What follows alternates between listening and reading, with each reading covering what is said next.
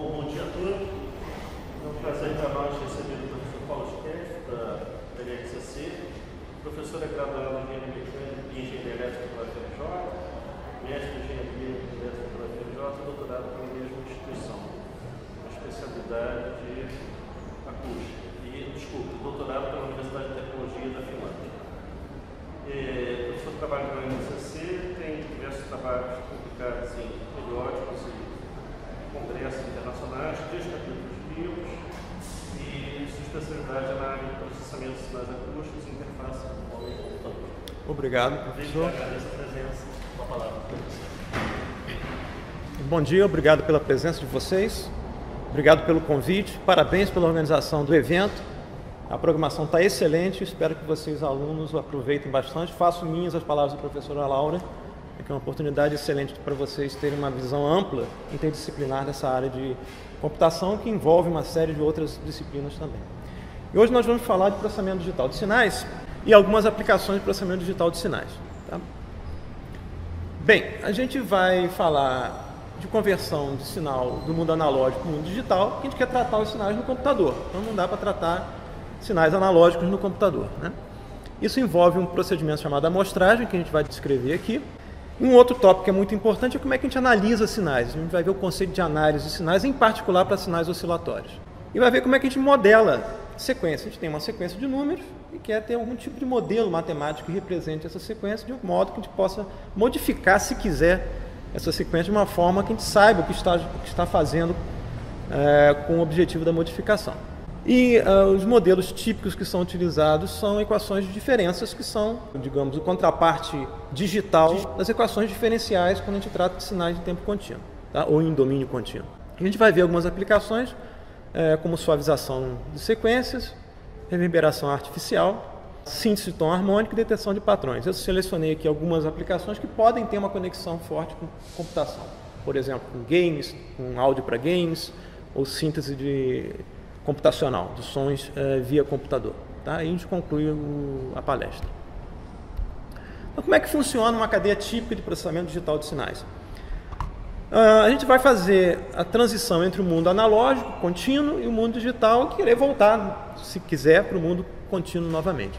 Então, nessa cadeia que eu estou mostrando, o sensor que vai ler alguma informação do mundo contínuo, eu estou usando um microfone que vai sentir variações da pressão atmosférica, transformar essas variações num sinal elétrico, num sinal de corrente elétrica, num sinal de tensão elétrica. Tá? Esse sinal vai ser pré-amplificado, mas a gente pode considerar como um modelo, já do ponto de vista matemático, para esse sinal, como tendo um domínio temporal que é no contínuo. Por exemplo, eu posso pensar que o tempo aqui pertence ao conjunto dos reais, denso, né?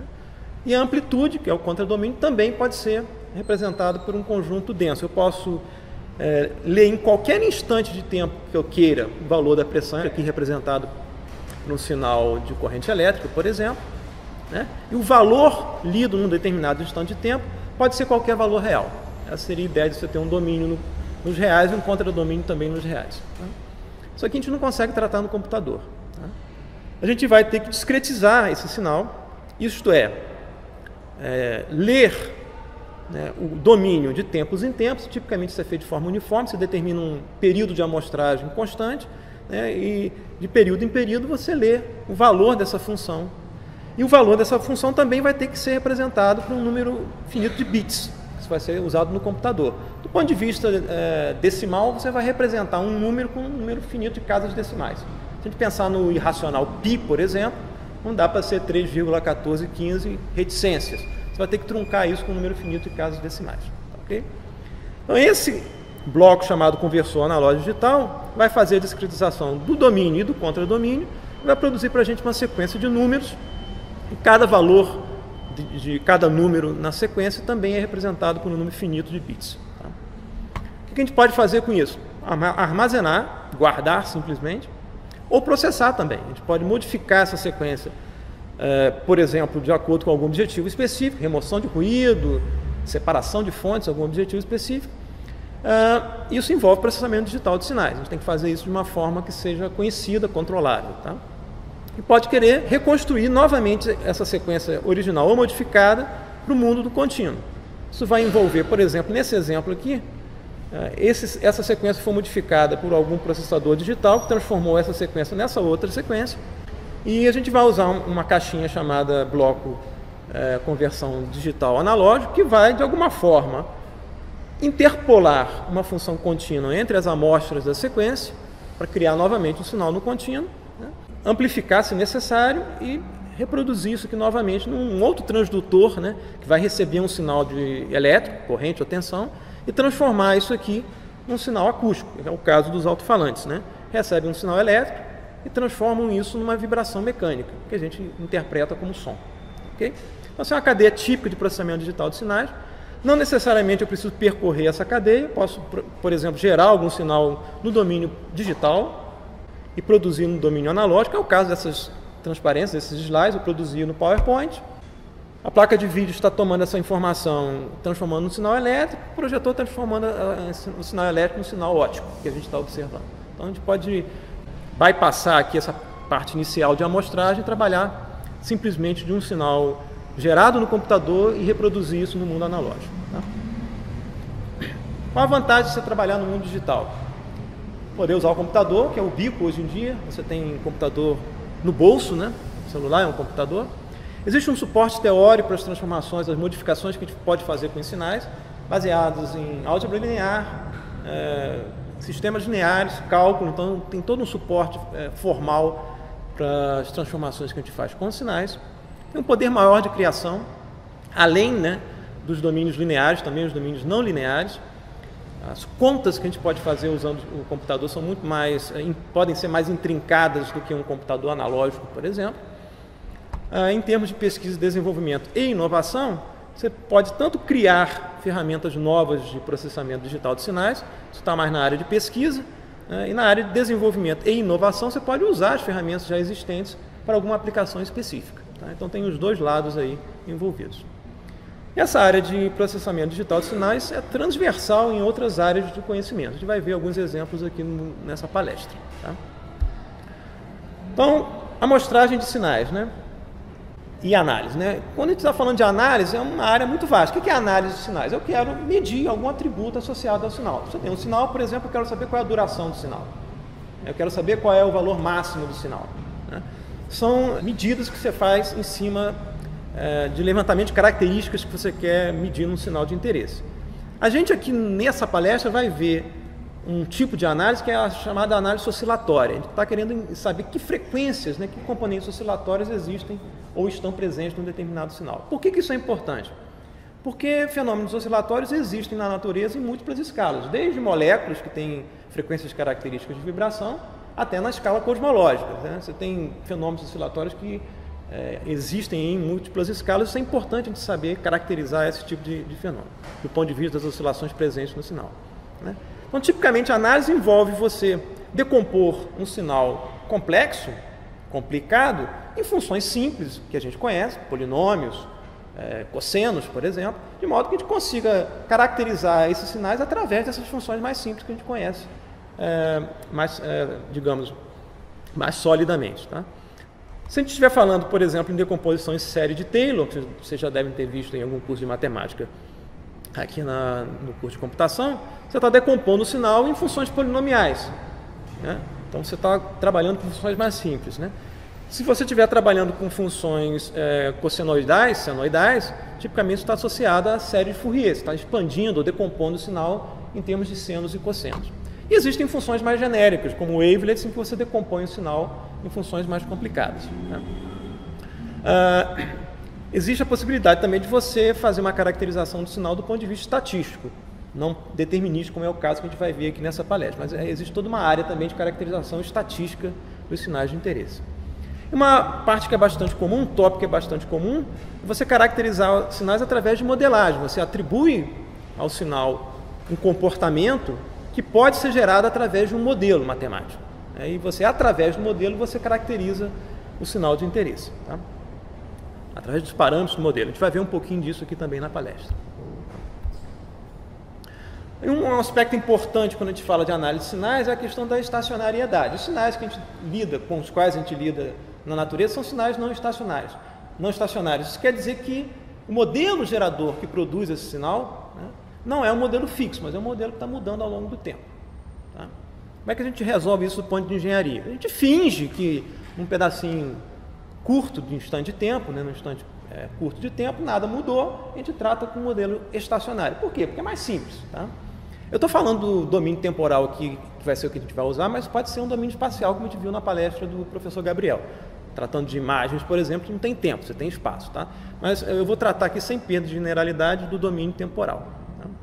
Tá? Então, se você estiver lidando com sinais não estacionários, ou você usa um modelo que varia ao longo do tempo, ou você segmenta o sinal em bloquinhos de curta duração e trata cada bloquinho como se nada tivesse mudado, através de um modelo estacionário. Tá? Algumas ferramentas de análise que a gente vai ver aqui na palestra, por exemplo, a análise de Fourier, pressupõe, né, que você tenha um sinal estacionário.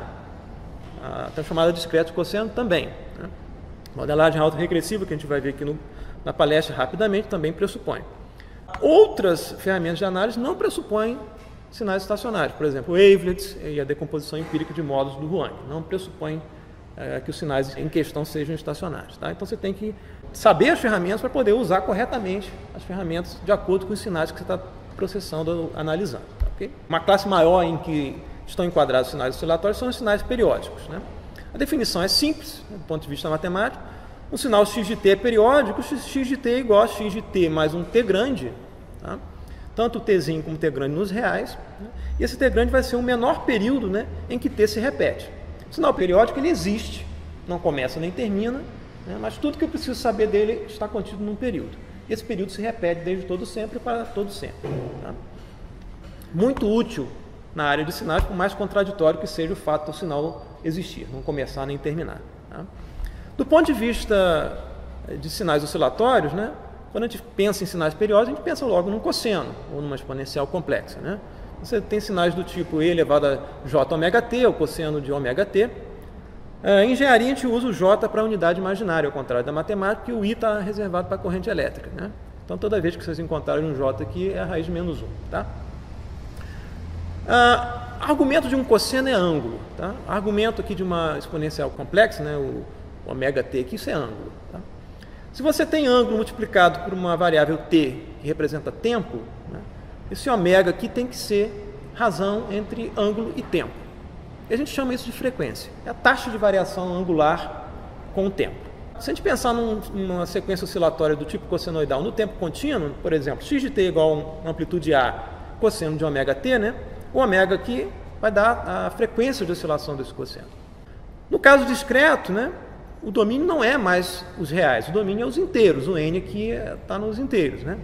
Há cosseno de ômega n. Há diferenças importantes e fundamentais na mudança desse domínio de t nos reais para n nos discretos. A gente vai ver isso porque isso é bastante importante para a gente entender o que vem depois na palestra. Então, começando com o caso no tempo contínuo, t nos reais, né? Se eu quiser produzir um cosseno com um período t grande qualquer intervalo que você me prescreva aqui, t grande, eu consigo escrever um ciclo de cosseno. Esse intervalo t desse tamanho, se eu reduzir o intervalo, eu consigo sempre escrever um ciclo de cosseno, porque o domínio é denso. Tá?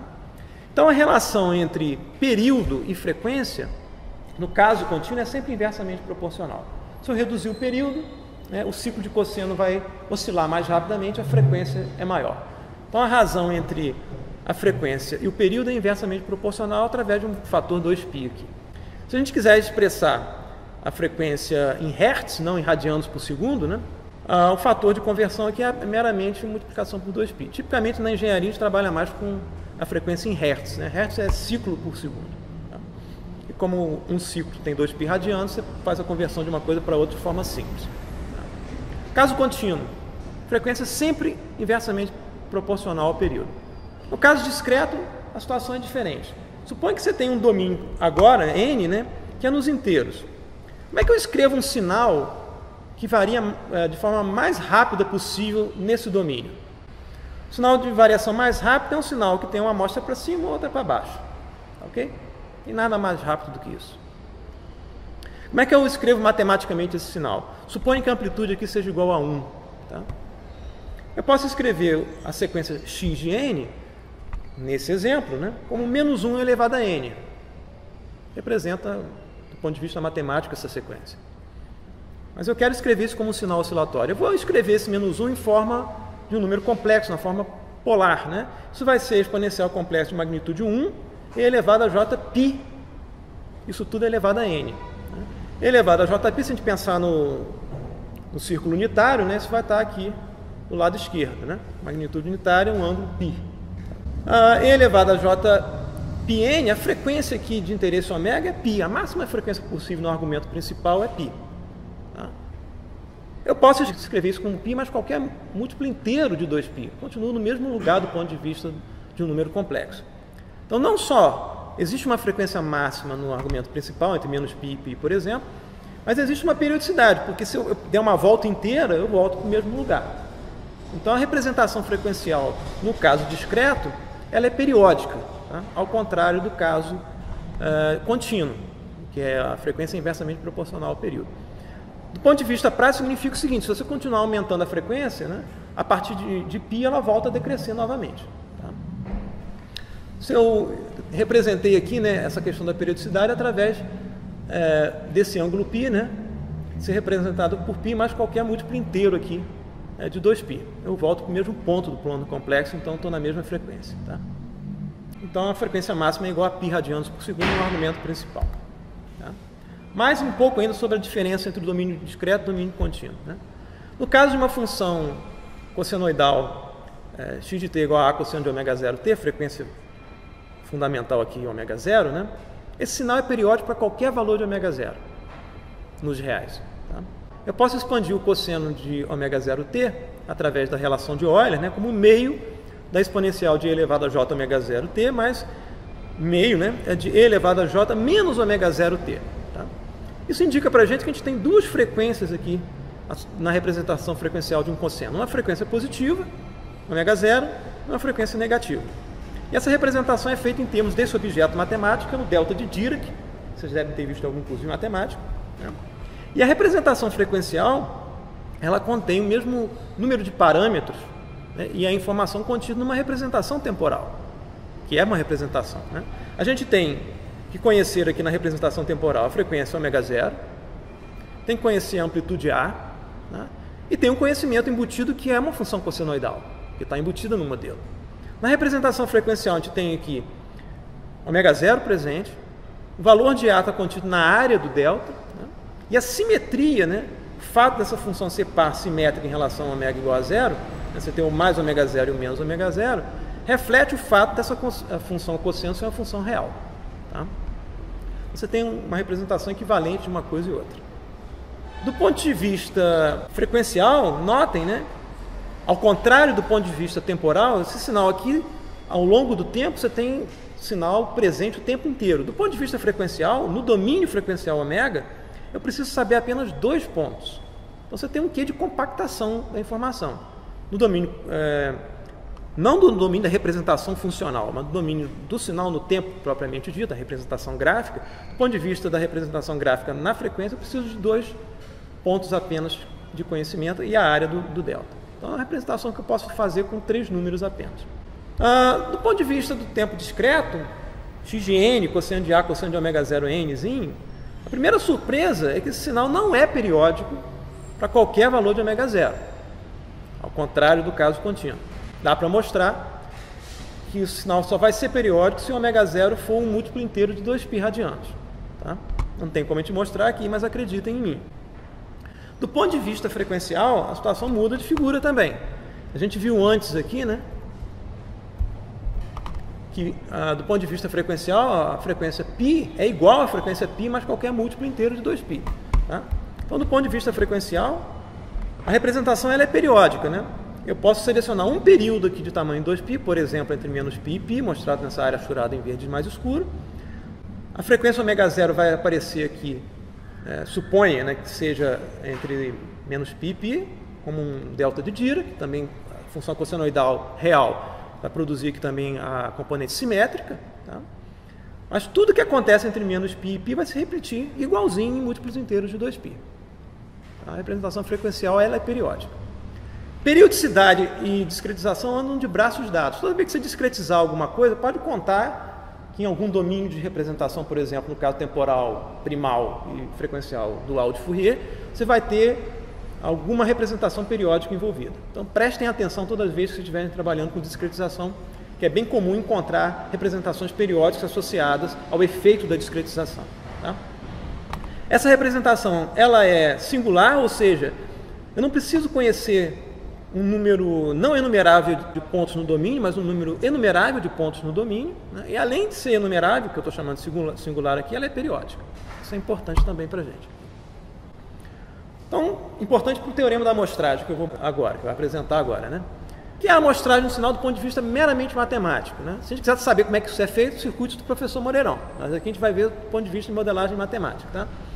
Eu quero produzir uma sequência x de n através da amostragem de uma função contínua x de t. Eu vou fazer como? Vou ler aqui o tzinho, né, de n vezes o ts. Ts é um período de amostragem constante. Estou fazendo uma amostragem em períodos uniformes, tá? Então isso nada mais é do que o x de n ts. Tá?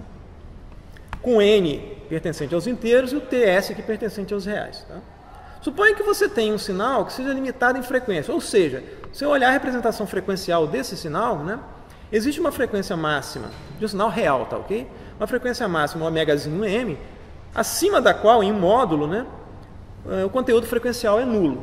Tá? Não tem energia, não tem componentes oscilatórios acima dessa frequência ômegazinho m. Isso aqui é representação frequencial de x de t. Tá? Se eu amostrar uniformemente, né, e produzir uma sequência x de n, o efeito da amostragem vai ser produzir um espectro que é igualzinho a esse aqui, tá? Replicado aqui em múltiplos inteiros de 2π, porque a representação da sequência, do espectro de uma sequência, é uma representação periódica.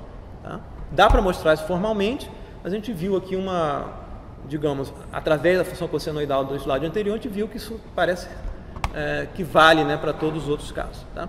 No mais, né, como é que a gente sabe qual é o mapeamento, né, dessa frequência ômegazinho m, que está nos reais, em qualquer valor nos reais, né, para a frequência ômegazinho chapéu, né, que tem que estar contida entre menos π e π, porque a maior frequência de oscilação de uma sequência é π, nesse argumento principal aqui entre menos π e π. Né? A gente sabe, né, que a gente vai ter que fazer algum mapeamento frequencial aqui de ômegazinho para ômegazinho chapéu. E eu estou saindo dessa representação x de nts para uma representação que é x de n. Do ponto de vista temporal, é como se eu estivesse dividindo no tempo, né, escalando no tempo o domínio por ts, fazendo uma divisão por ts no tempo para transformar x de n ts em x de n. Né? É como se, ao invés de ler a função de ts em ts, o x de n eu tivesse uma representação em que entre uma amostra e a amostra subsequente a duração é unitária, 1. Tá? Então tem um escalamento aqui por uma divisão por ts. Se eu estou dividindo por ts no tempo, como a gente viu no caso da razão inversamente proporcional entre frequência e período, eu vou ter que multiplicar por ts na frequência. Tá? Então, o ômegazinho chapéu aqui vai ser o ômegazinho original aqui, no domínio do contínuo, vezes o ts. Tá? Pela relação inversamente proporcional entre uma coisa e outra. Muito bem, isso define para a gente um critério, né, que tem que ser atendido se a gente não quiser que essas réplicas aqui espectrais centradas em múltiplos inteiros de 2π tenham algum tipo de sobreposição. Né? Porque se houver algum tipo de sobreposição entre essas réplicas, eu não vou conseguir mais isolar, né, tudo que está entre menos π e π, né, e a partir disso aqui voltar novamente para o tempo contínuo, sem qualquer erro. Okay? Então o critério é simples, né? O ômegazinho m tem que ser, no máximo, né, igual a π. Então o ômegazinho ts tem que ser menor, estritamente menor do que π. Isso implica para a gente um critério sobre o valor do período de amostragem, ts, né, que tem que ser π dividido por ômegazinho, m. Tá? Isso faz sentido, né? Você tem um sinal que está variando no tempo. Né? Se você adotar um período muito grande, né, eu vou perder a capacidade de rastrear o que aconteceu com o sinal ao longo do tempo. Então faz sentido você ter um limite máximo no período, né, que você tem que atender de forma que você consiga rastrear sem qualquer perda, né, a informação do sinal no tempo contínuo para a sequência que você obteve depois da discretização. Tá? Se a gente quiser trabalhar em termos de frequência, não em termos de período, né, fazendo as contas aqui, a gente verifica que a frequência de amostragem em Hertz, né, que você tem que adotar, tem que ser maior do que 2 vezes a frequência em Hertz máxima aqui dessa representação. Tá? Isso define um critério que é o chamado critério de Nyquist para a amostragem, de modo que a gente tenha a capacidade de reconstruir o sinal a partir da sequência sem qualquer erro. Aqui eu estou desconsiderando que a sequência, cada número da sequência foi quantizado, foi representado por um número finito de bits, tá, ok? Estou supondo que não foi, é um número real qualquer. Tá? Se a gente violar esse critério, existe um fenômeno que decorre dessa violação, que é o chamado aliasing. Aliasing vem do latim alius, ali. A gente vê muito em referência bibliográfica, né? Fulano é all, né? Esse all é de outros, tá? Significa outros. Significa o seguinte, quando você tem um fenômeno de alias, ou seja, você amostra o sinal sem observar o critério de Nyquist. Uma coisa é o processo de amostragem, outra coisa é um critério, tá? Uma coisa é uma coisa, outra coisa é outra coisa. Você pode fazer a amostragem e desrespeitar o critério de Nyquist. É igual andar numa via com limite de 50 km por hora e violar esse critério, vai pagar um preço a fazer a violação desse critério, tá, ok? Da regra. Suponha aqui um exemplo fictício, né?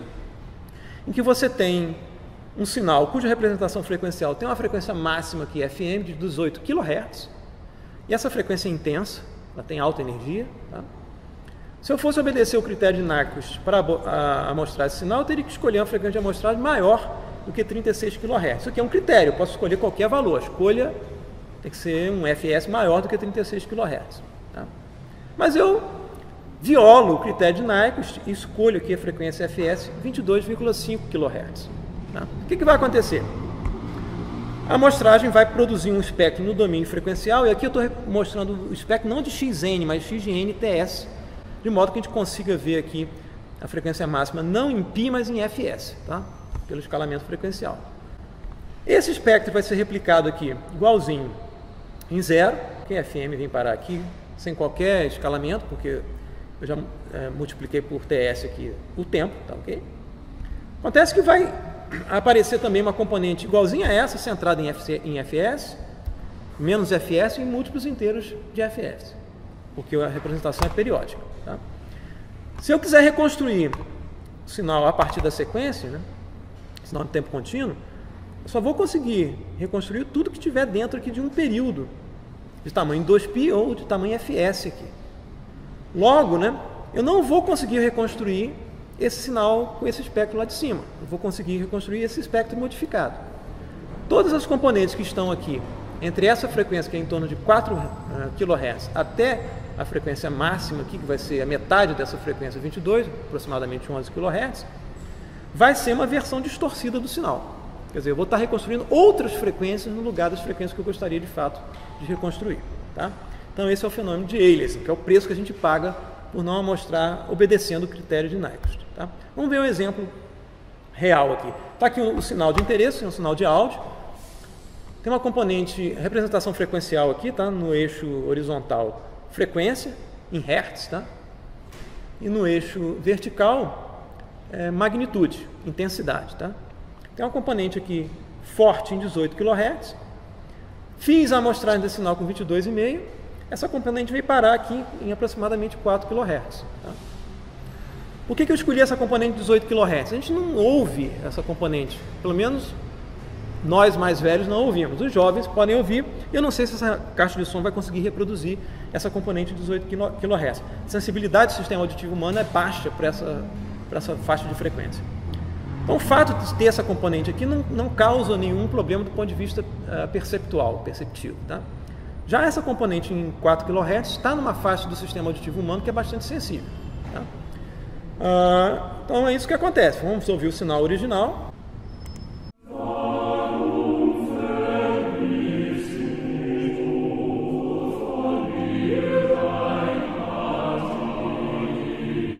E o sinal é mostrado com desrespeito ao critério de Nyquist. Né? Essa componente sem qualquer problema aqui, a gente não ouviu, não sei se vocês ouviram, mas possivelmente não, porque essa caixa não deve reproduzir isso.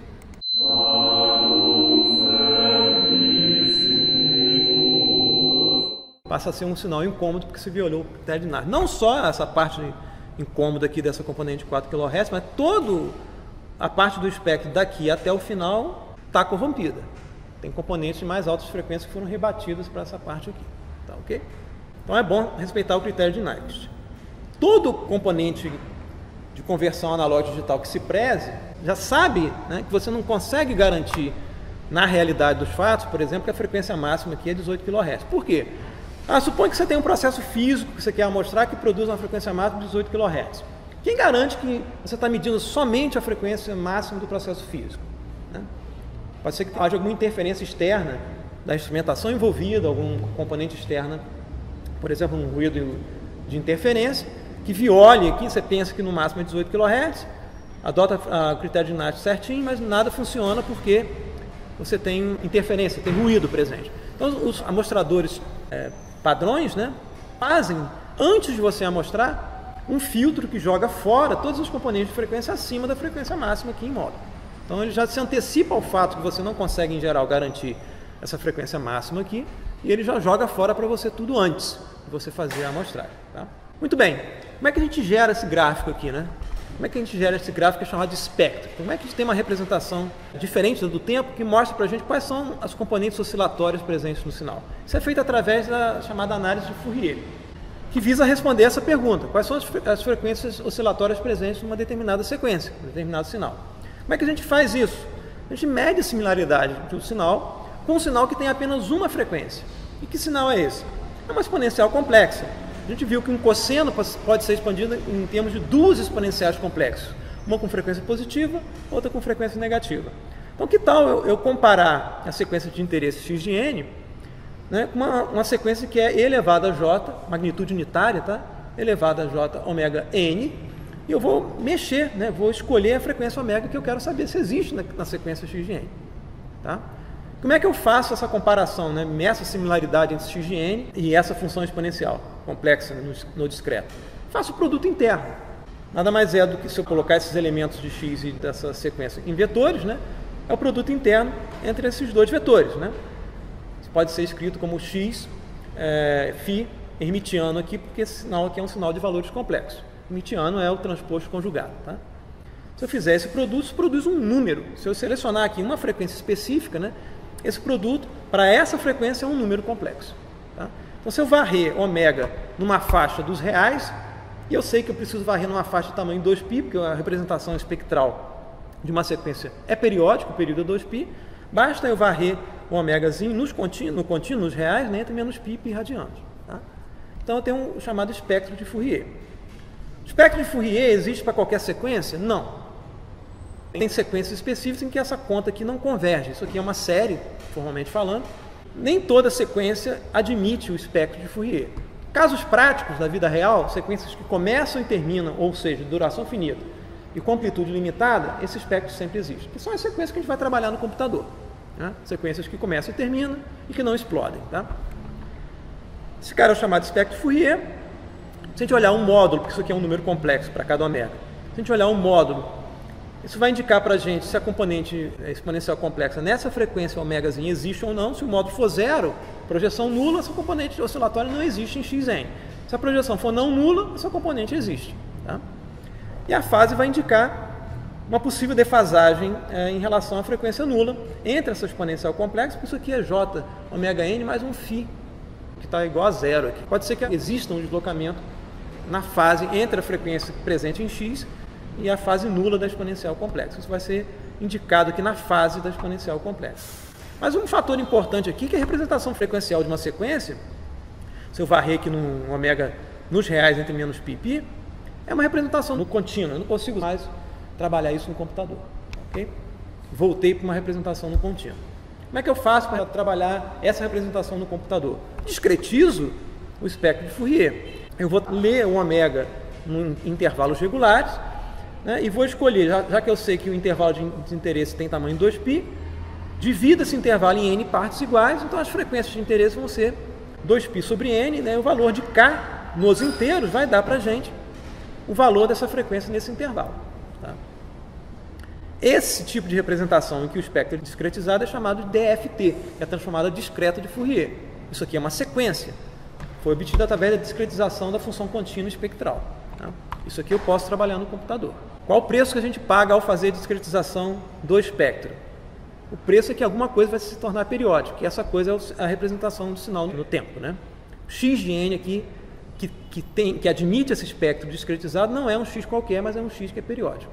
Ou seja, é um X que não começa nem termina, mas toda a informação que eu preciso saber está contida em um período, e o período vai ser de tamanho n.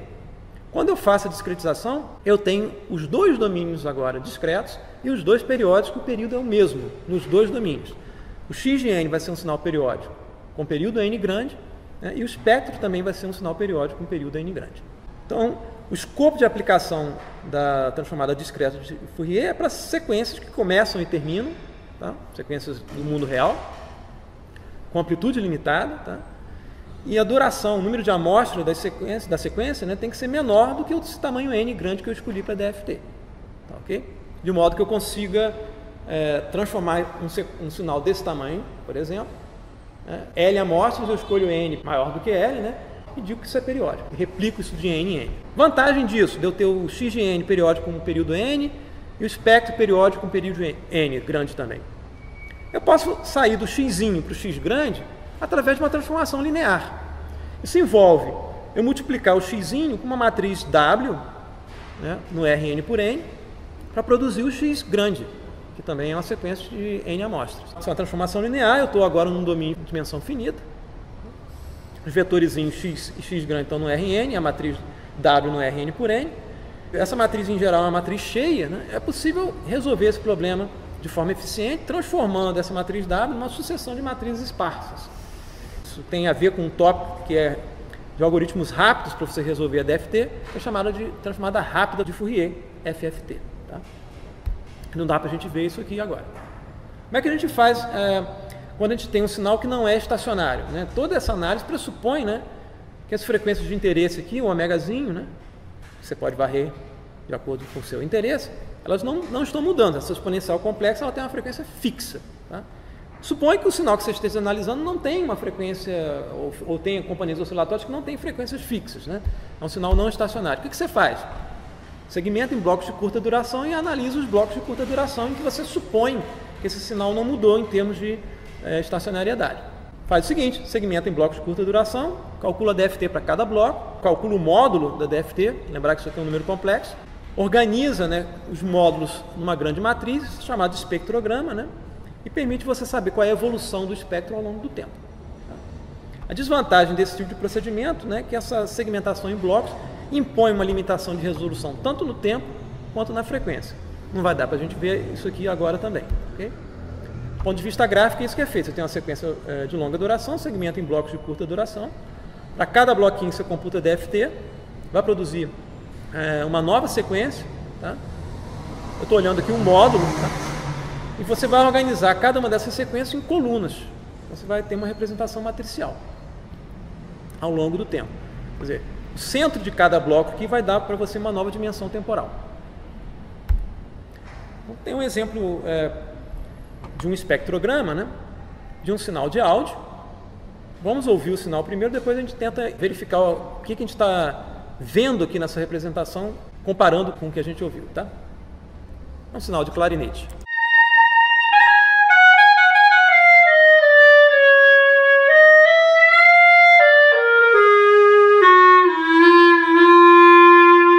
Primeira informação que a gente observa aqui que é um sinal harmônico. Tempo aqui no eixo horizontal, frequência no eixo vertical. Você tem uma componente aqui próxima a 900 Hz, tem uma outra que é o dobro dessa, aproximadamente, triplo dessa e assim por diante. Isso é característica de um sinal harmônico. Informação que a gente obtém mais facilmente nessa representação tempo-frequência. A gente consegue também verificar o início das notas, né, e a duração de cada nota que o instrumentista tocou nessa representação. É mais fácil de você identificar esses atributos do sinal nessa representação do que numa representação temporal sozinha ou de uma representação frequencial sozinha. Tá? Então a gente observa que o sinal é harmônico, a gente tem uma noção aqui da duração das notas. Isso aqui é um sinal de clarinete e tipicamente para essa faixa de frequência mais baixa aqui, o segundo harmônico no clarinete é mais fraco. A gente consegue ter uma noção do timbre do instrumento a partir desse tipo de representação. A gente consegue verificar outros aspectos que não são determinísticos, mas são estocásticos. Por exemplo, o músico respira nessa parte aqui, ó, e você tem aqui uma representação que não é oscilatória, mas é uma representação estocástica. Né? Se eu tocar de novo, se vocês prestarem atenção, né? E se não tiver nenhum barulho externo aqui, a gente consegue ouvir o instrumentista respirando.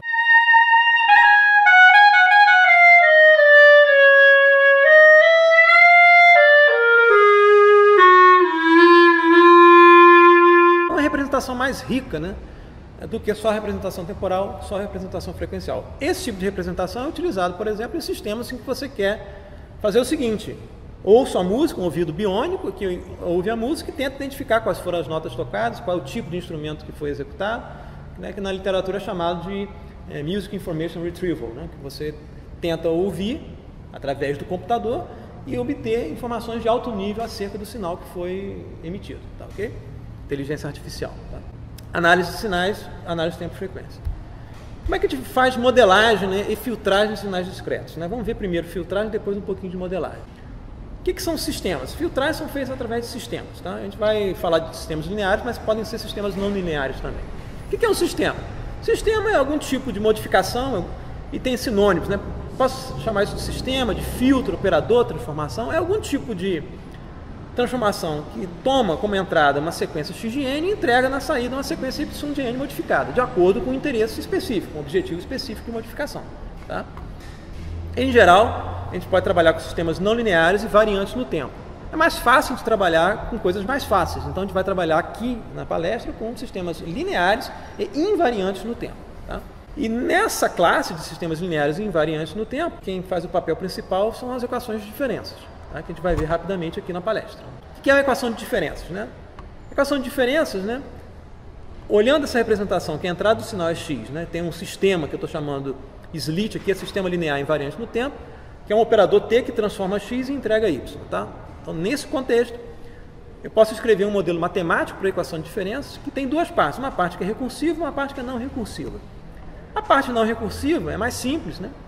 É uma combinação linear da entrada atual e das entradas anteriores, no máximo até m grande, que é dado por esse somatório, que isso aqui é um somatório de pesos bm, né, da entrada x, quando mzinho for igual a zero é o próprio x no instante presente é n, né, quando eu aumento o mzinho de zero até m grande, né, eu estou atrasando o sinal se eu estiver trabalhando no sistema temporal, ou deslocando o sinal no tempo. Tá? Essa parte não recursiva e tem uma parte que é recursiva. Por que desse nome? Porque a saída y de n depende da própria saída. Quer dizer, eu vou usar um valor de saída que eu já computei, realimentar no sistema para computar uma próxima saída. Isso envolve recursão. Tá? A parte recursiva, né, é uma combinação de saídas anteriores, né, porque o casinho aqui é de 1 até n grande, né, saídas anteriores, no máximo até n grande. Então, vou pegar n grandes valores de saídas anteriores, fazer uma combinação linear, né, e a saída y de n vai ser uma combinação dessas n saídas anteriores mais m mais uma, né, entradas atual e anteriores. Ok? Simples, né? Uma conta simples de ser feita. Se você conhecer os parâmetros do modelo, que são esses pesos AK e BM, né, tipicamente quando você faz um curso de sistemas lineares, né, o professor te dá esses parâmetros aqui, que é que você encontra uma solução y que satisfaça aquela equação. Tipicamente você vai encontrar isso numa forma explícita, né, que é um operador t, né, que vai modificar x e entregar y. Esse operador t, claro, vai depender de x, que é da entrada, e pode depender, né, de n condições iniciais sobre y, porque o sistema é recursivo. Tá? Como é que a gente faz em geral para resolver esse tipo de equação? Separa a solução em duas partes. Né? Tipicamente a gente trabalha a solução só com a parte recursiva, ou seja, zera a entrada, faz a entrada igual a zero, é chamada equação homogênea, que a gente vai ver, e depois você acrescenta aqui a parte não recursiva que depende da entrada. Você separa o problema em duas partes distintas, tá? E monta a solução como a soma, né, das soluções particular, que depende da entrada, e da solução homogênea. Um outro conceito que é importante na parte de sistemas lineares é o conceito de resposta impulsiva.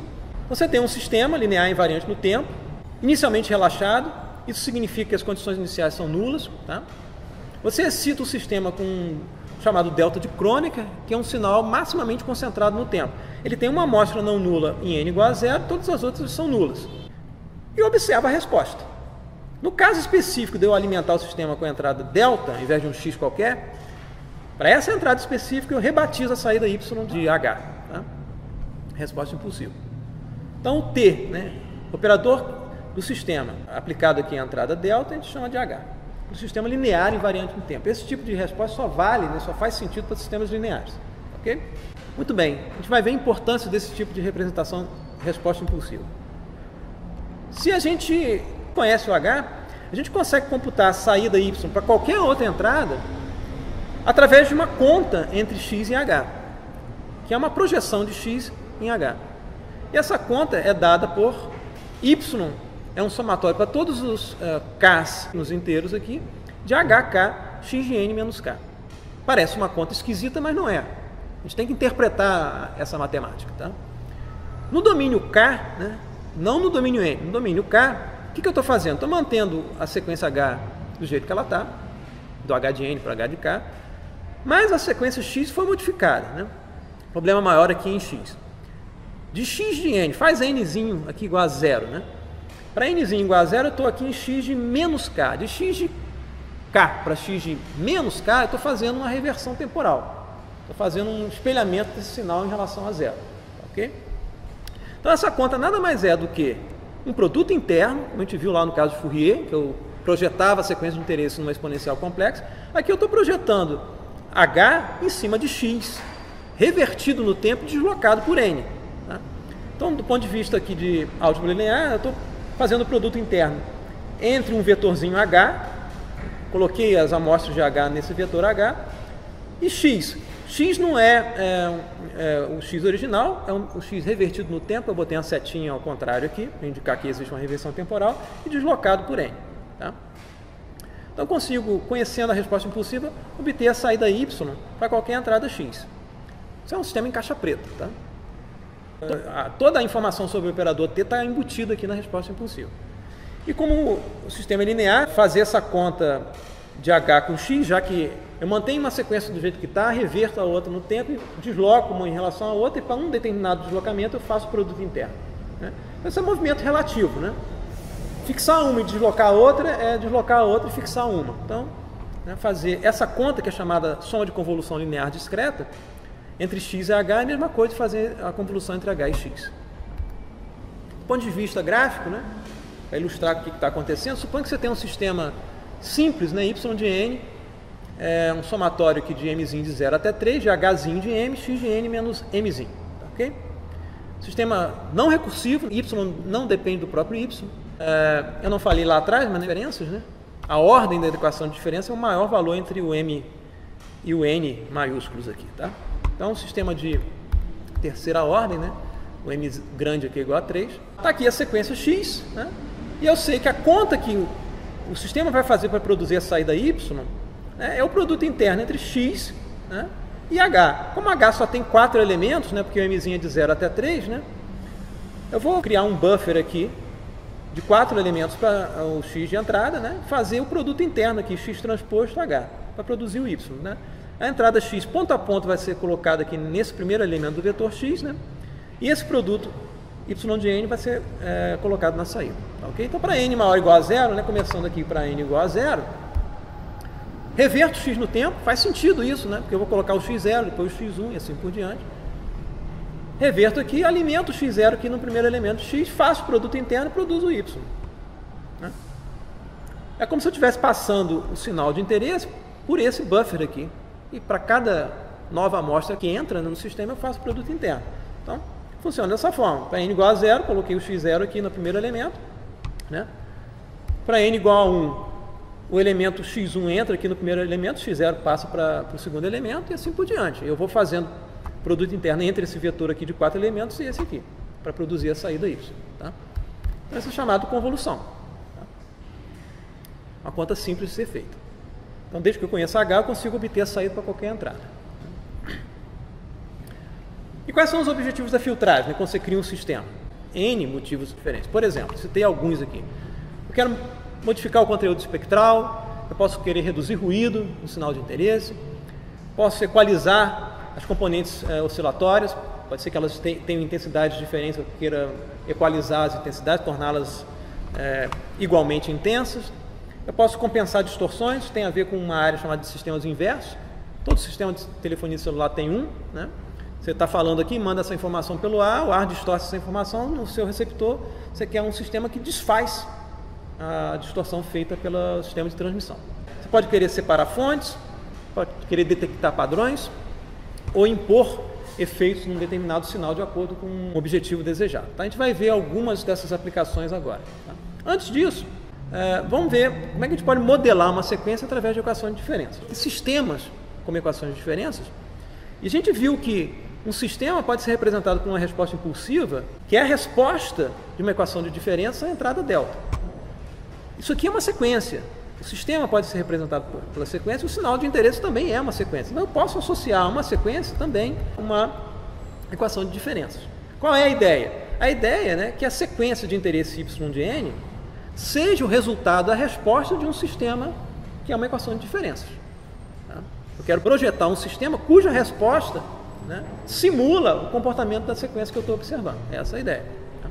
Tem um enquadramento de sistemas lineares, né, e a gente vai usar aqui, em especial, os sistemas AR, né, autorregressivos, que são dados por equações de diferenças homogêneas, quer dizer, não tem entrada, é só saída dependendo de uma combinação linear da própria saída, um conjunto de saídas anteriores. Tá? Qual é a ideia? Como eu falei, eu tenho um modelo, que é uma equação de diferença, excito o modelo com delta, saída do modelo é H, que é a resposta do modelo, compara a resposta do modelo com o sinal observado, computo o erro aqui, né, y menos H, né, e eu quero minimizar o erro segundo uma determinada norma, por exemplo, a norma 2, em relação aos parâmetros do modelo. São os coeficientes AK da parte recursiva da equação de diferença. Se eu fizer isso, eu encontro um modelo de ordem apropriada, né, em que a diferença entre o H e o Y é pequena. Então eu consigo obter um modelo que gera para mim artificialmente o sinal Y a menos de um erro de modelagem. Tá? Outra forma de fazer isso, que muitas vezes é até mais prática, né, é você pensar em usar um modelo inverso ao invés do modelo direto. O que é um modelo inverso ou um modelo direto? O modelo inverso é um modelo que desfaz o efeito do modelo direto. Tá? De modo que se eu ligar o modelo direto ao modelo inverso, o resultado final é um fio, é um ganho unitário. Tá? O que eu posso fazer? Eu posso pegar o sinal de interesse observado y de n, passar pelo modelo inverso. O que ele vai fazer? Ele vai tentar desconstruir o y, ele vai desfazer o comportamento de y, vai produzir aqui um erro de modelagem. Novamente, eu vou minimizar o erro de modelagem em relação aos parâmetros do modelo segundo uma determinada norma, tipicamente norma 2. Se eu conseguir fazer isso bem feito, eu consigo que um modelo inverso, que se eu desinverter, né, se eu fizer o inverso desse modelo, o modelo direto, ele consegue reconstruir o y de n se eu excitá-lo com o delta de Kronecker. Muito bem, o que é essa tal da equação homogênea? É aquela equação que a gente viu antes, né, em que a parcela que depende da entrada é feita igual a zero, eu zero essa parcela. Tá? Passo a ter y de n dependendo de uma combinação linear de y's anteriores. Né? Para eu resolver essa equação, não tem jeito, a menos que eu queira fazer y de n igual a zero, que é solução trivial, eu preciso de n condições iniciais sobre y, senão eu não consigo sair do lugar aqui.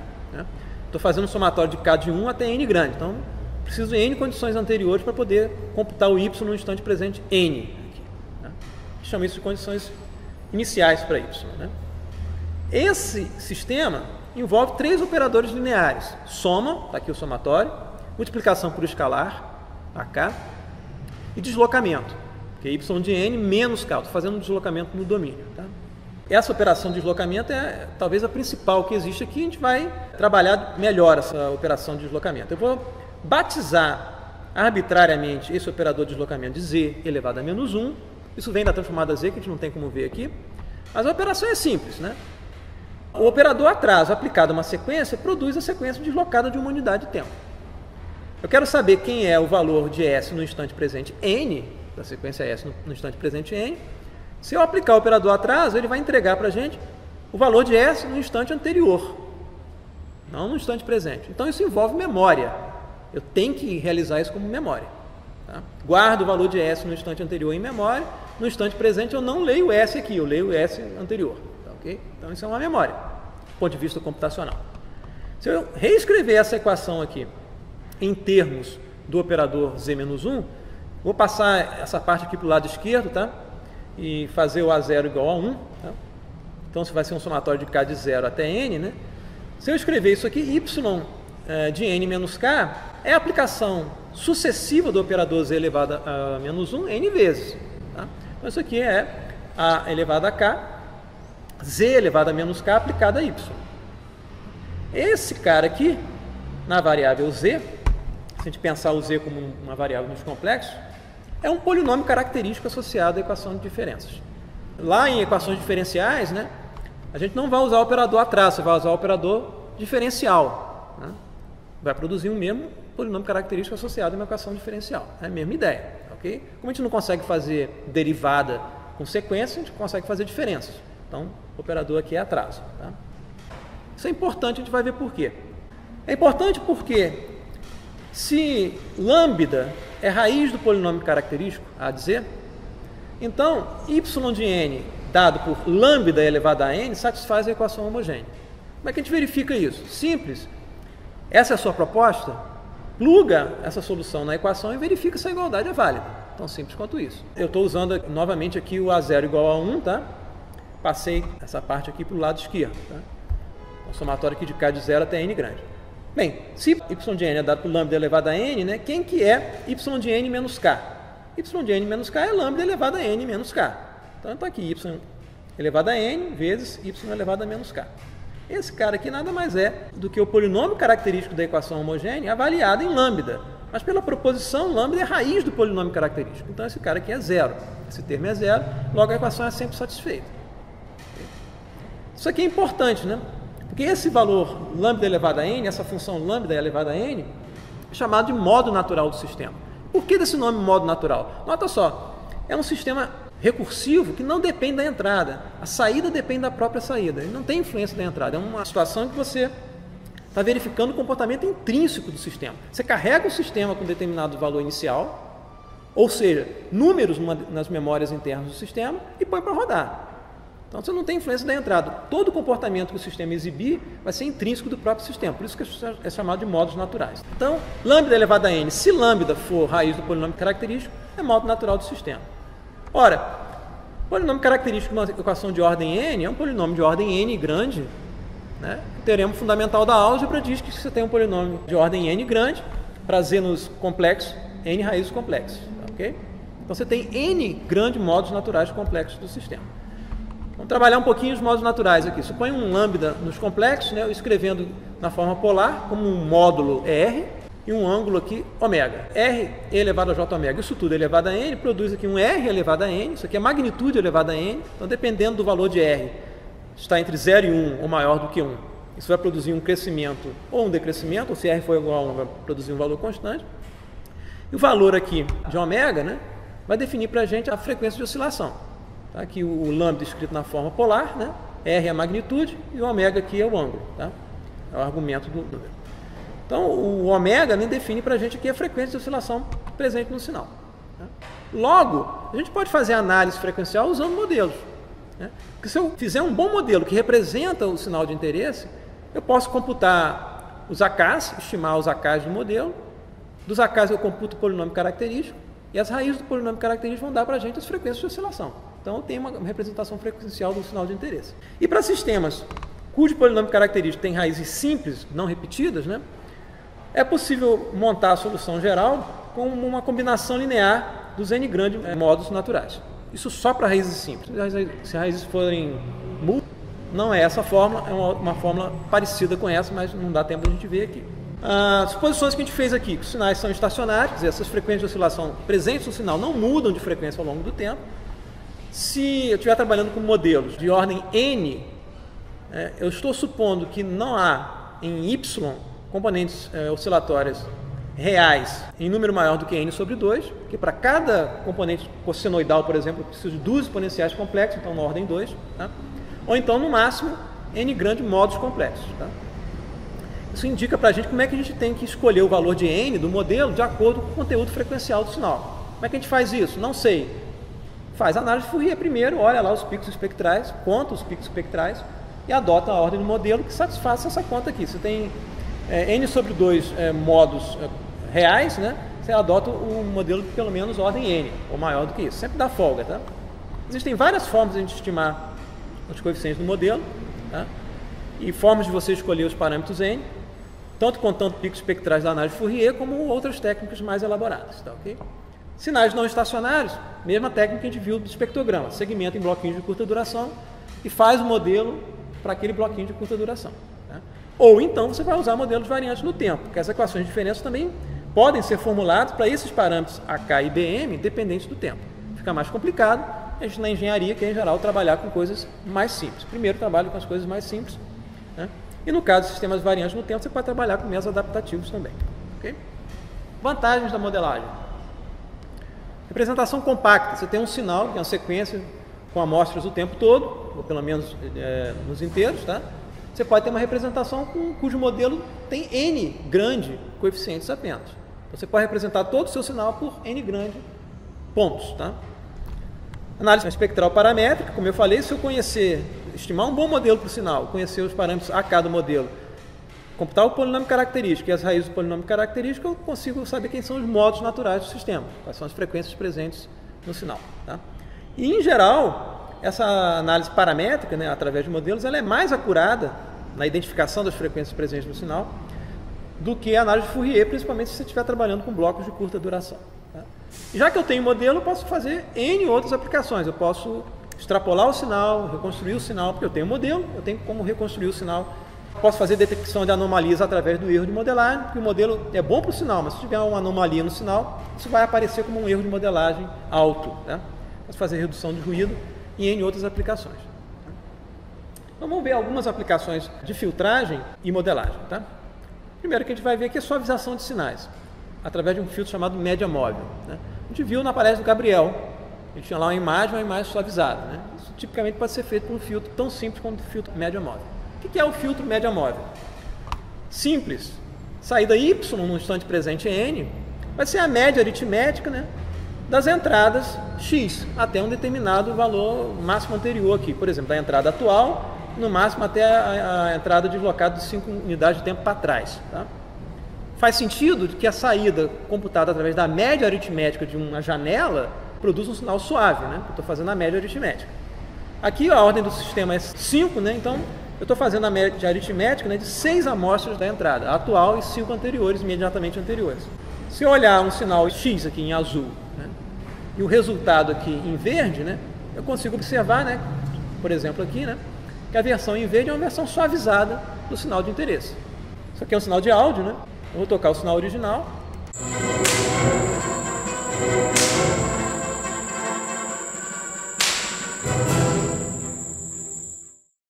Não sei se vocês ouviram, mas parece que tem um grilo aqui, tem um... né? Vou tocar de novo.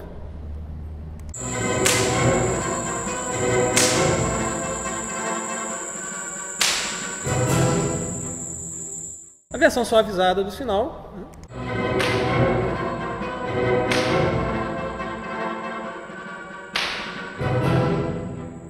Ela está suavizada, né? Eu perdi os agudos. Né? Todas as frequências que oscilavam com o valor alto foram atenuadas. Né?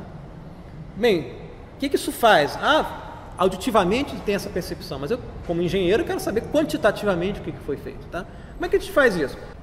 Substitui o X aqui por 10, faz a conta e verifica o H aqui no lugar de Y. Depois eu faço o quê? Faço a análise de Fourier, projeto o H em exponenciais complexos e verifico o comportamento frequencial do sistema. Que aí eu tenho uma noção quantitativa do que o sistema está fazendo. É o que é mostrado nessa curva aqui, que é a resposta em frequência do filtro. Nada mais é do que o espectro da resposta do sistema. A gente percebe aqui, no eixo horizontal, frequência, no eixo vertical, magnitude. Esse sistema, ele deixa passar aqui para frequências baixas as componentes sem qualquer tipo de atenuação, quer dizer, está multiplicando por algo de 1. Já para altas frequências, né, ele está atenuando o sinal. Por exemplo, se você tiver uma frequência aqui na ordem de 10 kHz, né, isso aqui está atenuado por 0,2, quer dizer, você está entregando 20% da amplitude original dela.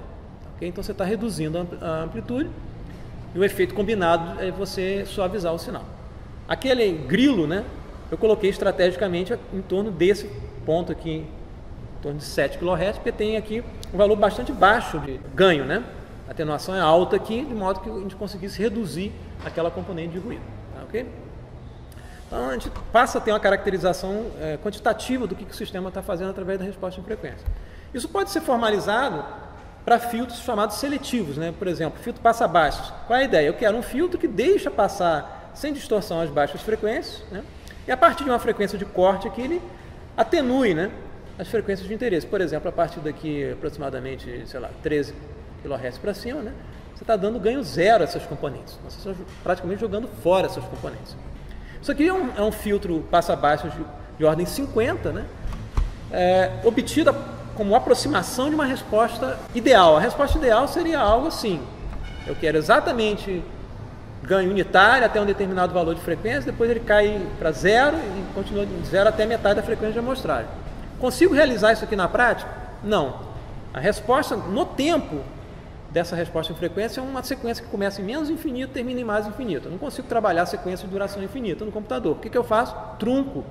Ao truncar, você aproxima essa resposta para alguma coisa que não é exatamente 1 aqui, nem exatamente 0 aqui, nem tem uma transição rápida aqui, mas você tem erros. E tipicamente quando você faz projeto de filtros, uma área chamada projeto de filtros, já que você sabe que vai ter erro, você prescreve tolerâncias aqui nessa faixa que é chamada de passagem, tolerâncias também aqui para essa região de transição entre a faixa de passagem e essa outra faixa que é a faixa de rejeição. Tá? Isso aqui é chamado de filtro passa-baixo, mas você pode fazer projeto de filtros para qualquer outra janela seletiva de interesse aqui no domínio espectral.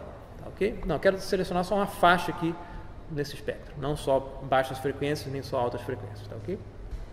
Então isso pode ser formalizado na área que é chamada de projeto de filtros. Tá? Uma aplicação de resposta impulsiva é a reverberação artificial.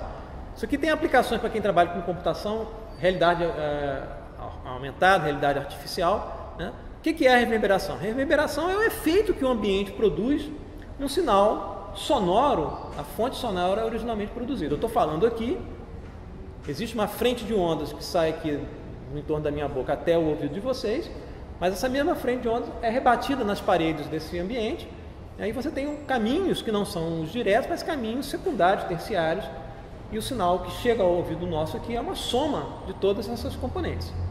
Então, eu estou falando aqui, vocês têm uma percepção de que estão nesse ambiente, porque é esse ambiente com essa geometria. Se você mudar o ambiente, mudar o material nas paredes do ambiente, você pode mudar a percepção do ambiente. Então, se você estiver trabalhando no sistema de realidade virtual, por exemplo, que queira que se realize, se você tiver um personagem que sai de um ambiente para outro ambiente, você tem que reproduzir isso de uma forma que seja compatível com a realidade. Tá, ok? Então está lá, o efeito de reverberação, como eu falei, fonte sonora, receptor, tem um caminho direto, que é a frente de onda que sai diretamente aqui da fonte até os ouvidos do receptor, mas você tem caminhos aqui de reflexão, primários, né, secundários e terciários. Essa aqui, por exemplo, você tem reflexão no fundo da parede, ela bate aqui, chega aqui depois de 3 reflexões, né? Os efeitos aqui dominantes são efeitos lineares. Atraso, porque o som leva um tempo para sair da fonte até chegar ao receptor. Perda, não só pelo esse caminho, mas também perda nas reflexões aqui nas paredes. Né? E soma, né? Porque o ouvido vai somar aqui esses efeitos para a gente. Então você tem 3 operadores lineares, são os dominantes. Existem efeitos não lineares que a gente está desconsiderando aqui, porque a gente está querendo trabalhar com coisas simples. Como é que este simula, nesse ambiente, o efeito que o ouvinte percebe da produção de fonte sonora? Como é que a gente produz isso aqui artificialmente? Substitui a fonte sonora por um delta de Kronecker, no caso, o contínuo seria um delta de Dirac, né, que você não consegue realizar isso. Em termos de modelar, você coloca um sinal impulsivo aqui e mede a resposta aqui nessa posição do receptor. Põe aqui uma fonte, vai gerar um impulso, e coloca microfones aqui. A resposta impulsiva, ou a resposta da sala, ela é relativa à posição da fonte e à posição do receptor. Se você mudar esses 2 caras de lugar, você vai ter respostas diferentes. Tá, okay? Balão, pega um balão e fura, tá? Essa é a forma mais clássica. Ou então você trabalha com sequências pseudo-aleatórias. Você gera uma sequência pseudo-aleatória, determinística, que parece um ruído branco, né? E grava o resultado dessa sequência e depois obtém por deconvolução, sistemas inversos, obtém a resposta impulsiva. Então tem formas mais... Ou então sweep senoidal, faz que na verdade o que você está fazendo é pega uma frequência grave, depois um pouquinho mais alta e está olhando a resposta de frequência do sistema, não através do impulso, né? Mas você sabe que você gerou uma frequência de ômega hertz aqui, ou f hertz aqui, nesse instante de tempo, e vê o que aconteceu naquele instante de tempo, compensando aqui o atraso de deslocamento, no receptor. Então você pode fazer por sweep senoidal, pode fazer por sequência pseudo-aleatória, ou balão de gás. Tá? Balão de gás é uma aproximação do delta de Dirac, tá? Aproximação.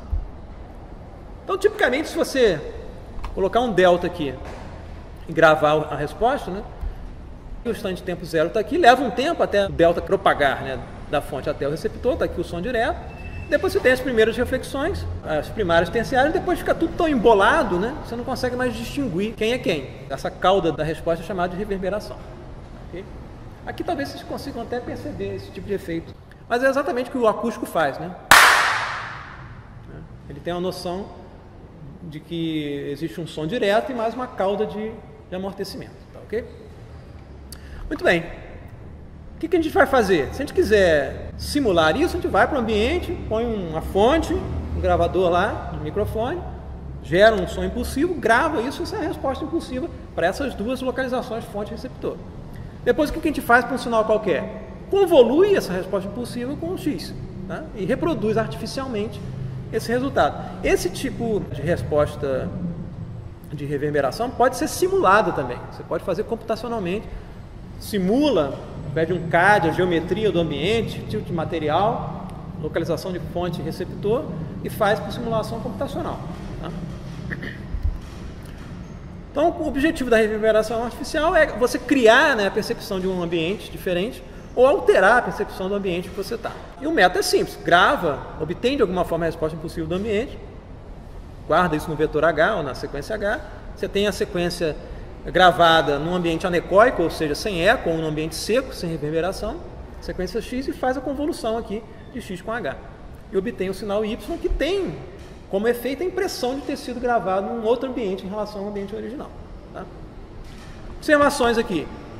H e X tem que estar na mesma taxa de amostragem. Isso é uma questão importante em processamento digital de sinais. Na hora que você tem duas sequências, e quer fazer qualquer conta com essas duas sequências, esse N aqui indica pra gente que esse negócio varia de 1 em 1. 1 em 1 o quê? 1 em 1 período de amostragem. Tá? Então, se você tiver esses dois sinais amostrados em taxas diferentes, as bases de tempo vão ser diferentes. Você tem que compatibilizar isso. A H e X tem que estar na mesma taxa de amostragem. Como eu falei, o H pode ser medido ou simulado. E, em geral, você vai fazer essa convolução, não no tempo, mas você vai fazer na frequência, através da transformada rápida de Fourier, fazer a convolução por blocos. Vamos ver um exemplo aqui de um sinal original. Não vai soar aqui seco, porque a gente já está reproduzindo esse sinal nesse ambiente que é reverberante. Então a gente vai ouvir um sinal que já é reverberado. Vocês vão ouvir um sinal que já é reverberado, mas isso aqui foi gravado num estúdio mais seco. Não é anecoico, mas é um estúdio bastante seco. Tá? A explicação pode ser encontrada na tese. Ok? E eu escolhi, já que eu sei que em geral você apresenta isso em salas que tem uma reverberação alta, grande, né? Eu escolhi a resposta impulsiva gravada, isso foi gravado, disponível aqui nesse link, tá? Do mausoléu de Hamilton, na Escócia, que tem uma reverberação gigantesca. Então é para exagerar o efeito, para vocês perceberem o efeito, tá ok? Está aqui a gravação da resposta impulsiva, vocês vão ouvir a gravação da resposta impulsiva. Longa, né? Isso leva 10 ou mais segundos, eu trunquei em 5 segundos porque ela era muito longa. Okay? Se a gente ouvir aqui o resultado da convolução entre H e X, né, a gente passa a ter uma percepção de que a locutora tivesse falado isso no mausoléu de Hamilton. A explicação pode ser encontrada na tese. Então você pode simular um ambiente diferente através desse tipo de método. Outro tópico interessante, também pode ser utilizado em áudio para games, né? É geração de tom harmônico. Eu quero gerar no computador uma sequência de forma que ela seja um tom harmônico e que eu possa reproduzir fazendo a conversão digital analógica, reconstruindo o sinal contínuo associado e reproduzindo através de caixas de som. Como é que a gente faz isso aqui? Tem um pouquinho de matemática, mas não é complicado. A gente parte de um modelo de primeira ordem. Por quê? Porque é simples, é bom trabalhar com coisas simples. O modelo AR de primeira ordem. Y de n é igual a A, que multiplica Y de n menos 1. Eu preciso deslocar Y de uma unidade de tempo, primeira ordem. A gente viu lá atrás, né, que esse sistema tem um polinômio característico 1 menos AZ elevado a menos 1. 1 vem desse 1Y de n. Esse cara para a esquerda aqui dá menos A. Como você tem um atraso de uma unidade aqui, é Z elevado a menos 1. Isso tem uma raiz em Z igual a A. E a gente viu que se o polinômio característico da equação homogênea tem raiz A, y de n dado por A elevado a n é modo natural do sistema. O sistema vai oscilar com essa resposta A elevado a n. Okay? Eu não quero isso, eu quero um sistema cuja resposta seja um tom harmônico. O que significa isso? Ele tem uma frequência fundamental F0, vai ter uma frequência 2 vezes F0, 3 vezes F0, múltiplos inteiros de F0. Tá? Esse modelo aqui não consegue produzir, ele produz uma componente oscilatória apenas, se A for complexo. Como é que eu faço para produzir um tom harmônico? Truques de polinômios. Tá? Eu vou produzir um modelo AR de ordem n grande, cujo polinômio característico é a chapéu de Z, vai ser o polinômio característico do modelo de ordem 1, com Z avaliado em Z elevado a n. Tá? Então, você vai produzir um polinômio característico que é 1 menos A Z elevado a menos n. Lá de polinômios, né, a gente consegue verificar que esse polinômio tem raízes Z, né, nos complexos, dadas por A elevado a 1 sobre n, a raiz enésima de A. O que isso aqui faz? Né? Se A for um valor real, como eu defini cá em cima, né, eu posso escrever A na forma polar, né, isso vai ser A, magnitude real, E elevado a J, 2π, que multiplica K nos inteiros. Isso aqui nada mais é do que a frequência nula. Mas quando eu faço A elevado a 1 sobre n, eu vou modificar essa magnitude A, né, para A elevado a 1 sobre n, extrair a raiz enésima de A, e vou comprimir essas frequências aqui por n. Então eu passo a ter frequências aqui em 2π sobre n. Então 0 veio parar em 0, 2π veio parar em 2π sobre n, 4π veio parar em 4π sobre n e assim por diante. Isso aqui define para a gente, né, nessa faixa de K de 0 até n-1, um conjunto de frequências que é harmônico, exceto para K igual a 0, que é uma frequência nula. Né? É o único erro desse processo. Mas como a gente não ouve frequência nula, eu estou desconsiderando esse tipo de situação. Mas não é exatamente o sinal harmônico. E a gente viu lá no teorema da amostragem, né, que a frequência 2π para a sequência x de n equivale à frequência fs para o sinal x de nts. Tá? Então, as frequências que eu vou reconstruir, vou produzir, são S dividido por n. Não posso produzir qualquer zero. Tá? Só vou conseguir produzir Fs dividido por n grande. Mas se eu ficar satisfeito, né, com essa frequência F0 dentro desse conjunto aqui, eu produzo o modo natural em F0, o modo fundamental em F0 e os componentes superiores harmônicos, múltiplos inteiros de F0. Aqui o polinômio característico da equação de ordem n. Né? Do polinômio característico eu escrevo a equação. Uma coisa implica na outra diretamente. Isso aqui é um y, né? Tá aqui, y de n, menos a que multiplica. Quem que é z elevado a menos n aplicado a y? É atrasar y n vezes. Né? Menos a y de n menos n grande. Igual a zero. Equação homogênea. Eu vou colocar uma entrada aqui para a gente ter um sistema com entrada e saída. Vou colocar um x de n aqui no lugar de zero. Né? Passar esse termo aqui para o lado de lá. Então, isso vai ser y de n, vai ser a da y de n menos n grande mais x de n. Como é que eu construo isso do ponto de vista de um diagrama de blocos? Né? Saída aqui está à direita, entrada aqui está à esquerda. Saída é dada pela soma, desenho um somador, é a soma de quem? De x, está aqui, coloco um ramo somador x. Preciso atrasar a saída n vezes, está aqui a saída, coloco aqui n bloquinhos atrasadores. Isso aqui são elementos de memória, do ponto de vista computacional, memória. Já passar esse dado aqui para um stack de memória. Multiplico por A. Então, a saída é dada por A, y de n menos n grande, mais x. É tranquilo do ponto de vista de implementação, inclusive no computador. Tipicamente, você não vai passar dado por memória, vai trabalhar com ponteiros, mas do ponto de vista didático é assim que funciona. A gente vai fazer uma simulação aqui com entrada nula, e eu vou carregar nas memórias do sistema uma condição inicial que vai refletir algo similar a você fazer um plectro numa corda de um instrumento. Tipicamente, você tem uma condição inicial triangular, né? Ou aproximadamente triangular. Então, eu tenho n condições iniciais, n bloquinhos de memória aqui, e eu posso carregar qualquer coisa aqui dentro e mandar rodar o sistema. O sistema é recursivo, a entrada é nula, mas como eu tenho uma condição inicial não nula, ele continua rodando para sempre, a menos que você desligue o sistema. O valor de A aqui vai controlar, né, o decaimento, porque você vê, o valor guardado em memória, né, ele vai ficar em loop aqui, né? Eu vou multiplicar por A. Se o A em magnitude for menor do que 1, esse negócio vai decair ao longo do tempo. Se A for igual a 1, ele fica constante ao longo do tempo. E se A for maior do que 1, ele cresce ao longo do tempo. Tá? Então vamos ver aqui um caso em que eu escolhi frequência de amostragem de 44.1 kHz, logo eu consigo representar a frequência até metade desse valor, 22 e poucos kHz.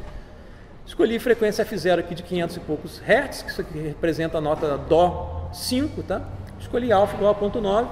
Se eu carregar nas memórias ruído branco, né, o som que a gente obtém é esse aqui.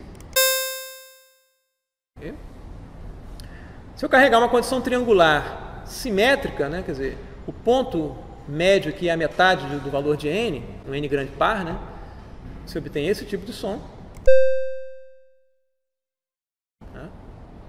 Se eu escolher o ponto de plectro aqui a 1/10 do valor de n, você já obtém um som mais metálico, que é compatível com o que você faz no violão, né? Se você tocar mais para próximo aqui da metade da corda, o som é mais suave. Tocar mais para perto da ponte, né? A condição triangular não é mais simétrica em relação ao comprimento da corda, você passa a ter um som mais metálico. E esse modelo super simples já dá conta de simular esse tipo de efeito, tá? Comparado ao anterior. Se eu colocar o ponto de plectro aqui a 1/25 do valor de n, né? Mais metálico ainda. Tá? Isso é simples, barato, um ganho, uma linha de memórias. Tá? Então pode ser aplicado em áudio para games. Se a gente olhar do ponto de vista frequencial, né? Comparar aqui o caso em que o plectro foi feito aqui na metade do valor de n, né? Isso inclusive simula um efeito real. Como você tem uma simetria aqui no ponto de plectro, né? Esses harmônicos pares são suprimidos. Isso se encontra mesmo no violão. Se você fizer uma análise de um sinal de violão, isso ocorre. E essa simulação produz um efeito similar. Né? Você vê que em vermelho aqui você tem o caso do ponto de plectro na metade do tamanho da corda, digamos assim. Não tem aqui o segundo, quarto e os harmônicos superiores, tá? Os harmônicos pares. Tá? E já essa condição inicial aqui assimétrica, né, produz aqui todos os harmônicos. No mais, você percebe aqui que a altura, né, dos harmônicos em azul é maior, quer dizer, eles são harmônicos, são componentes cossenoidais com amplitude maior, que do ponto de vista perceptivo dá um tom metálico que a gente observa, que a gente percebe, tá, ok? Isso faz sentido, porque olha só, para você produzir essa variação rápida, essa inclinação mais rápida, você tem que ter oscilando de forma mais rápida. Tá? A máxima que você vai produzir aqui é essa inclinação, mas para a condição inicial assimétrica você tem que produzir senoides de intensidade maior. Aqui eu plotei o espectro até 5 kHz, mas isso aqui vai até 22, ok? Obtido aqui por análise de Fourier, projeto a resposta naquelas exponenciais complexas. Você pode também utilizar a detecção de padrão fazendo convolução. Aqui a gente vai transformar a detecção de similaridade num processo de convolução. Como é que eu faço para medir a similaridade entre duas sequências F e G? Faço o produto interno entre elas, né? Que é o somatório para todo n nos inteiros aqui de F multiplica G. Do ponto de vista matemático, isso aqui é módulo de F, norma 2 de F, vezes norma 2 de G, cosseno do hiperângulo entre esses dois vetores. Como é que eu faço para encontrar um valor aqui de medida de similaridade que esteja entre -1 e 1? Normalizo esses vetores F e G, crio F chapéu e G chapéu, dados por F dividido pela norma de F, G dividido pela norma de G. O resultado agora do produto interno entre F chapéu e G chapéu é um cosseno de θ. Isso aqui está entre -1 e 1. Tá? Então, se os sinais forem correlacionados, né? Ou seja, consigo dizer o comportamento de um pelo comportamento de outro, a correlação vai estar próxima de 1 se eles tiverem comportamentos diretamente proporcionais. Um cresce, outro cresce, por exemplo. Se forem inversamente proporcionais, um cresce, outro decresce, vai ter uma correlação negativa. Se os sinais forem ortogonais, quer dizer, uma coisa não diz nada sobre a outra, o R vai tender a 0. Isso é uma medida simples de similaridade entre duas sequências. Eu posso fazer isso ao longo do tempo, né? Eu posso pensar que eu tenho uma sequência de duração finita, né? E varrer uma sequência pela outra, quer dizer, não só medir a similaridade num instante específico, mas deslocar uma sequência em relação à outra. Medir a similaridade de acordo com o deslocamento de uma sequência em relação a outra, e o deslocamento é dado por nzinho aqui. Mesma fórmula de antes.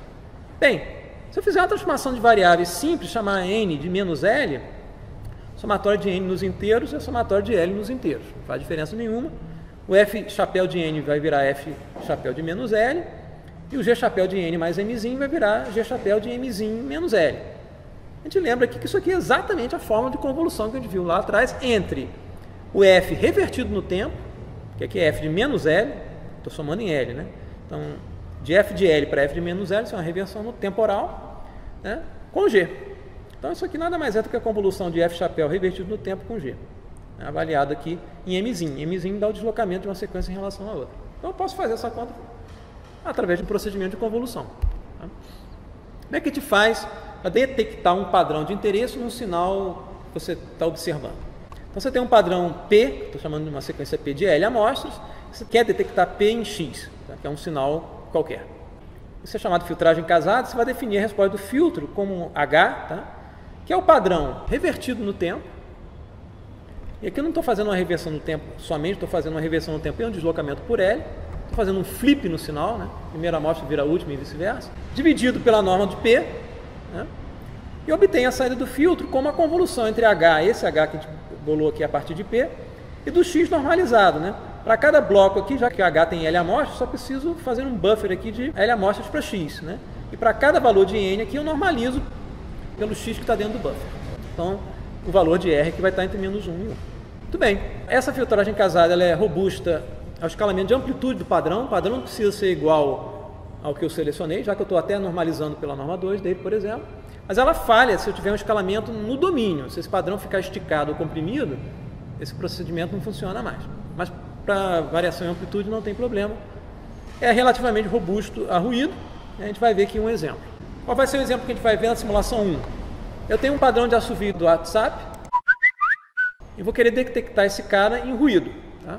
Eu tenho um sinal de interesse, que é ruído branco, tá? E eu somei esse padrão, esse sinal tem 5 segundos, eu somei ele começando aqui em aproximadamente 2 segundos. Esse sinal tem aproximadamente 1 segundo de duração. Tá? Então, com a razão do sinal ruído de 20 decibéis, esse negócio soa dessa forma. E o objetivo é identificar automaticamente onde começou o padrão nesse sinal. Tá? E num caso aqui, com a razão sinal ruído de 0 decibel. Né?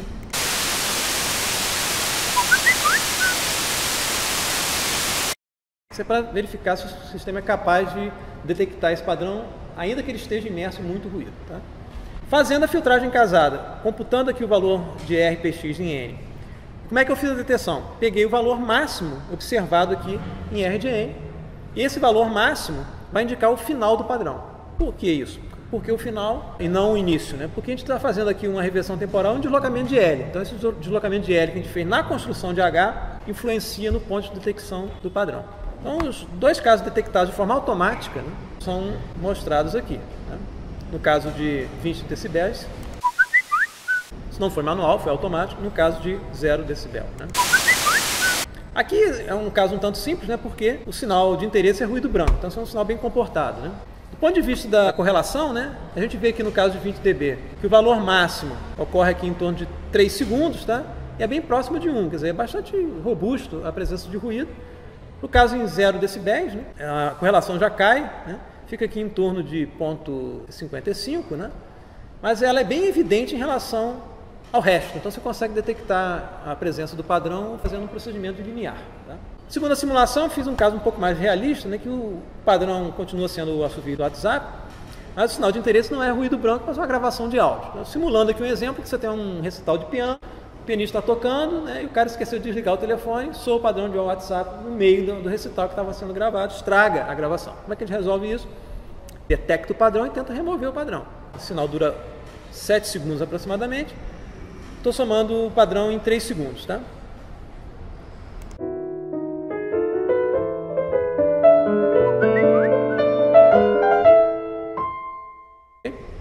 Fazendo a detecção com filtragem casada, da mesma forma de antes, computo R, valor máximo global, identifico o final do padrão. Eu conheço o padrão de antemão, eu preciso conhecer o padrão para construir o H, né? Eu sei qual é a duração dele, sei qual é o final, volto e obtenho o início do padrão. Né? Então o sinal detectado é esse aqui. Muito bem, se a gente olhar agora a magnitude da correlação cruzada, o coeficiente de correlação cruzada, não é ruído branco mais. O sinal de interesse é áudio variante no tempo não estacionário, né? E o padrão também. A correlação é muito baixa, na ordem aqui de um pouco mais de 10%.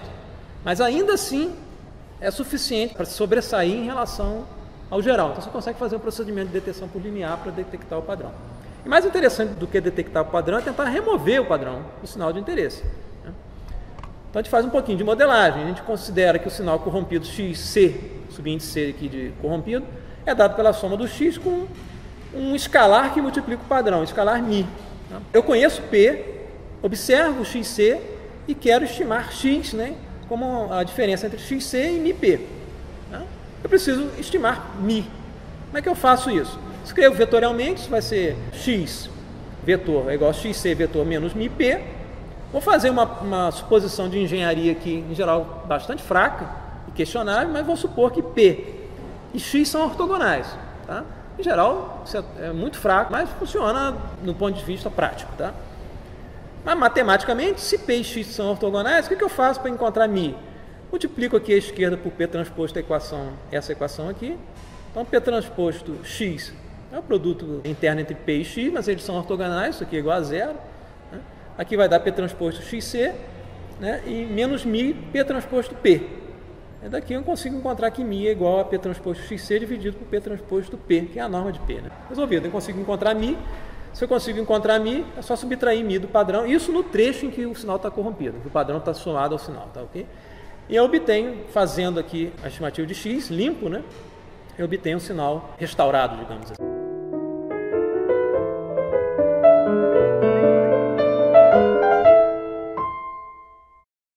Se você ouvir com headphone, você ainda percebe um resquíciozinho do padrão, mas é muito baixinho. Tá? Porque você tem ruído de quantização, tem uma série de problemas envolvidos aí com questões numéricas. Tá? Em geral, né, isso aqui foi uma parte muito simples de detecção de padrão, mas em geral, como é que você relaciona, né, o processamento de sinais com reconhecimento de padrões, inteligência artificial? Está trabalhando hoje em dia com uma quantidade boçal de dados, dilúvio de dados. Você vai usar processamento digital de sinais através de filtragem, análise de tempo e frequência que a gente viu aqui, modelagem, né? Vai pré-processar essa informação com essas ferramentas, para produzir um conjunto que tem a mesma informação que essa aqui, mas é compacto em termos de armazenamento, tá, ok? Uma versão compacta desse conjunto aqui. E esse conjunto compacto, né, que tem que ser informativo desse maior aqui, né, que vai ser alimentado num classificador geral de padrões, né, que em geral envolve métodos de otimização, pode ser supervisionado, as cegas, etc. E que vai classificar esse conjunto de dados em N padrões de interesse. Então você tem a participação, né, muito intensa de processamento digital de sinais nessa parte aqui do pré-processamento dos sinais, antes de você alimentar isso num classificador ou num detector de padrões. Tá, okay? E para o futuro, né, você tem integração da área com outras áreas. Por exemplo, ciências de redes, a gente vai ter uma palestra do professor Ziviani essa semana, que vai falar um pouco de sistemas em redes, né, ciência de redes. Tem a parte de como é que você implementa esses algoritmos e filtros em computadores paralelos, né, para usar em GPUs, etc. Né? Sistemas adaptativos inteligentes. Outra parte que é muito comum, cada vez mais comum, é modelagem de incertezas. A gente viu aqui uma parte determinística, né? Mas você pode pensar em modelar incertezas e parte estocástica nesses sistemas. Isso é importante também na área de ciência de dados, né? Como é que você transforma dado em informação? Em geral, isso envolve análise, algum tipo de representação compacta de sinais. E do ponto de vista ferramental, né, a área ela é utilizada em N outras áreas, desde biologia, cosmologia, na parte de sistemas físicos, né, como é que você transforma, por exemplo, uma modelagem de um sistema físico no contínuo e discretiza isso para usar o computador. Então, é transversal. Eu digo que o processamento digital de sinais é igual a álgebra linear, você tem que saber. Então, quer ser um bom engenheiro, tem que saber, não tem perreps, tá ok? Então, a área transversal é bastante importante. E é bom você fazer processamento digital de sinais sabendo o que está fazendo. Então, como é que você sabe que está fazendo certo? Tem a fundamentação teórica sólida. Então, é importante não negligenciar toda a parte de cálculo, álgebra linear, sistemas lineares. Tá, ok? E é isso, pessoal. Agradeço mais uma vez a atenção de vocês e encerro a apresentação.